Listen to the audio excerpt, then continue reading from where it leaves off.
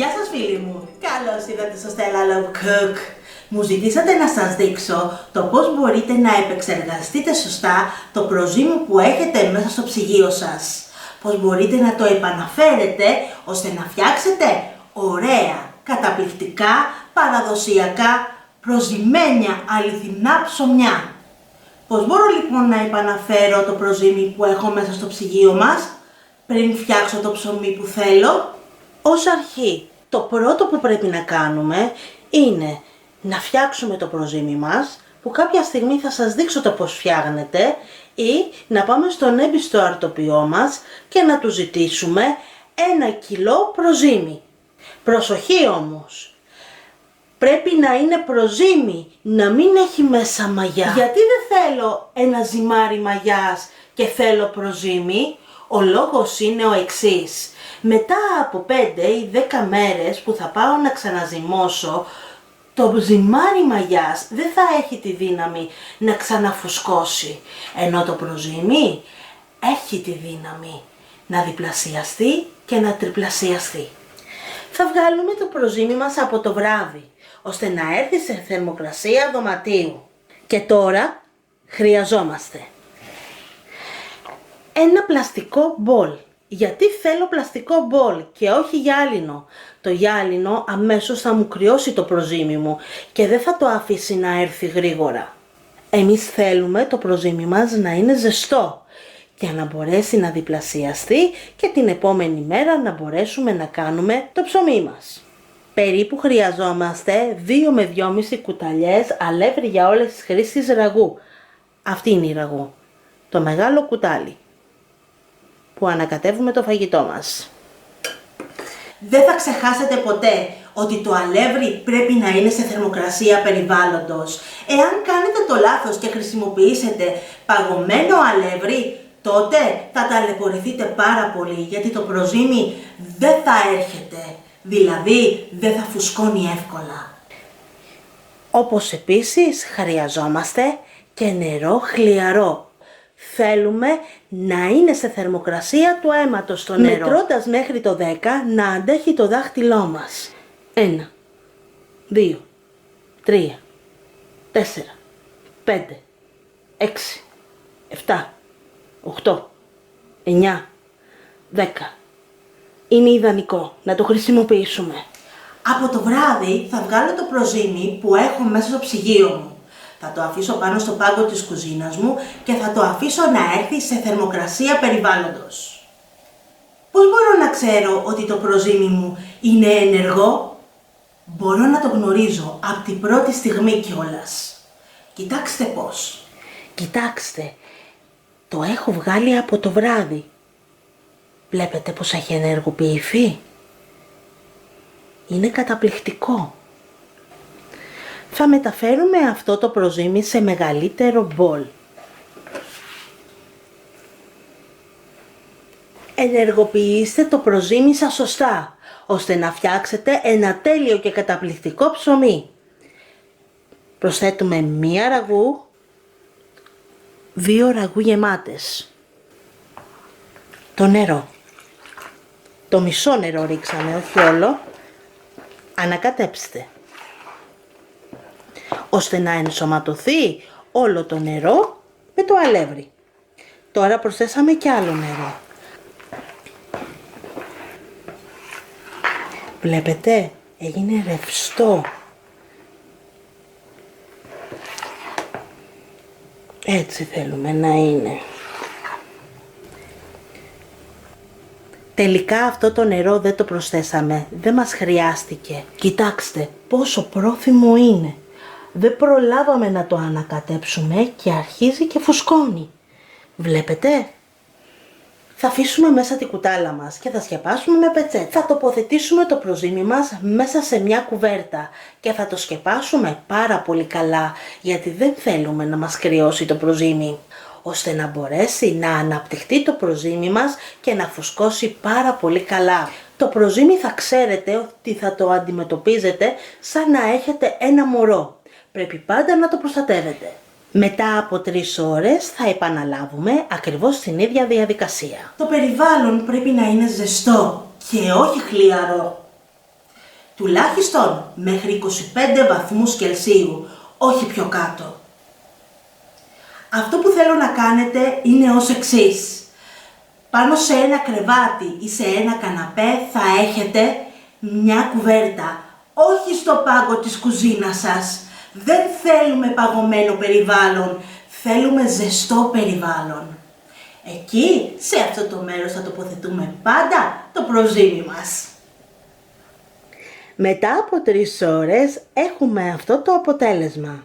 Για ποιο λόγο κάνουμε όλη αυτή τη διαδικασία? Ο λόγος είναι ο εξής.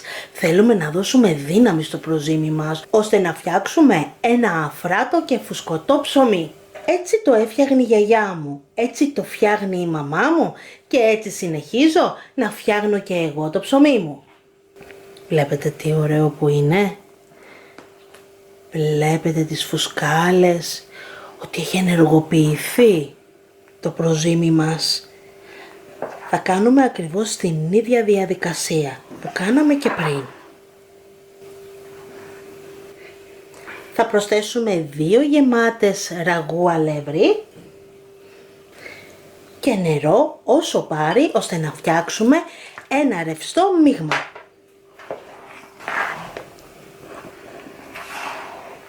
Δεν θέλουμε το μείγμα μας πάρα πολύ ρευστό, μα ούτε και πολύ παχύ-ρευστό. Τώρα προσθέσαμε μισό ποτήρι του νερό. Έτσι το θέλουμε, να έχει αυτή τη σύσταση.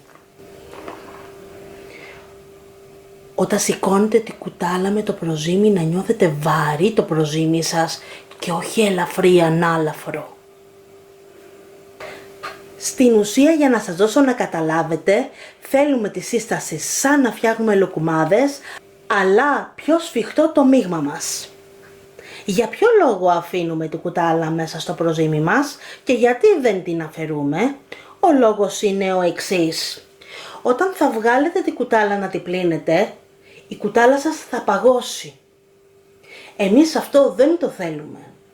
Γιατί όταν θα την ξαναβάλουμε μέσα στο προζύμι για να ανακατέψουμε, θα μας παγώσει και το προζύμι. Τώρα η κουτάλα μας αποκτά την ίδια θερμοκρασία που έχει και το προζύμι. Σκεπάστε με μια καθαρή πετσέτα, καλύψτε καλά και τοποθετήστε το προζύμι μας μέσα σε μια κουβέρτα, ώστε να είναι ζεστό το προζύμι μας, ώστε να μπορέσει να φουσκώσει και πάλι. Με αυτόν τον τρόπο δίνουμε δύναμη στο προζύμι μας. Μετά από 3 ώρες θα τα ξαναπούμε.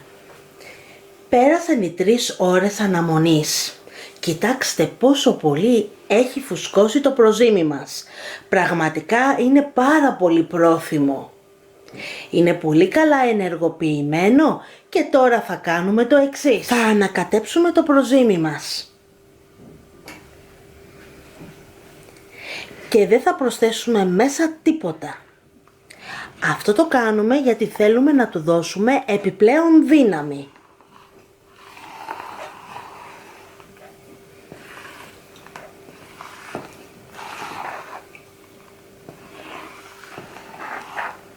Έτσι. Θα σκεπάσουμε με πετσέτα και θα το βάλουμε πάλι το προζύμι μας, ώστε να μείνει και να φουσκώσει μέσα σε μια κουβέρτα. Δεν θέλουμε απλά μόνο ένα ζεστό περιβάλλον. Θέλουμε επιπλέον ώστε να είναι μέσα σε μια κουβέρτα. Γιατί το βάζουμε μέσα στη κουβέρτα? Ο λόγος είναι ότι δεν θέλουμε να έρχεται σε επαφή με τον αέρα. Γιατί δεν βάζω το προζύμι μου μέσα στη κουζίνα σε πολύ χαμηλή θερμοκρασία ώστε να έρθει? Ο λόγος είναι ο εξής. Με αυτόν τον τρόπο βιάζουμε το προζύμι ώστε να φουσκώσει πάρα πολύ γρήγορα και δεν το αφήνουμε να αναπτυχθεί έτσι όπως χρειάζεται. Το κάθε τι θέλει χρόνο για να μπορέσει να γίνει σωστό το ψωμί μας. Οπότε χρειαζόμαστε ζεστό περιβάλλον και μια κουβέρτα. Κοιτάξτε πώς έχει φουσκώσει το προζύμι μας. Σε περίπτωση που κάνετε λάθος και ξεχάσετε να βγάλετε το προζύμι σας μέσα από το ψυγείο σας και πάτε να αρχίσετε αμέσως τη διαδικασία, δεν πρόκειται να το επαναφέρετε με τίποτα, γιατί δεν πρόκειται να φουσκώσει. Το προζύμι θέλει σιγά σιγά, ώστε να το αναπτύξουμε και να το φτάσουμε στο σημείο που θέλουμε.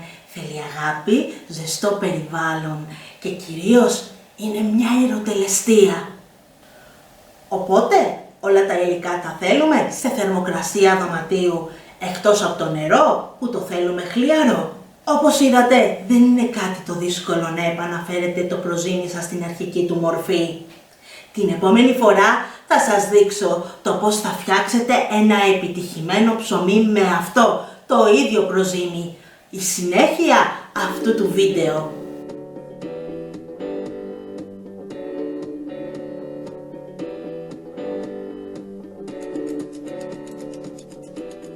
Θα περιμένω πραγματικά με αγωνία την επόμενη εβδομάδα, ώστε να σας δώσω αυτό το πετυχημένο γνήσιο προζυμένο ψωμί.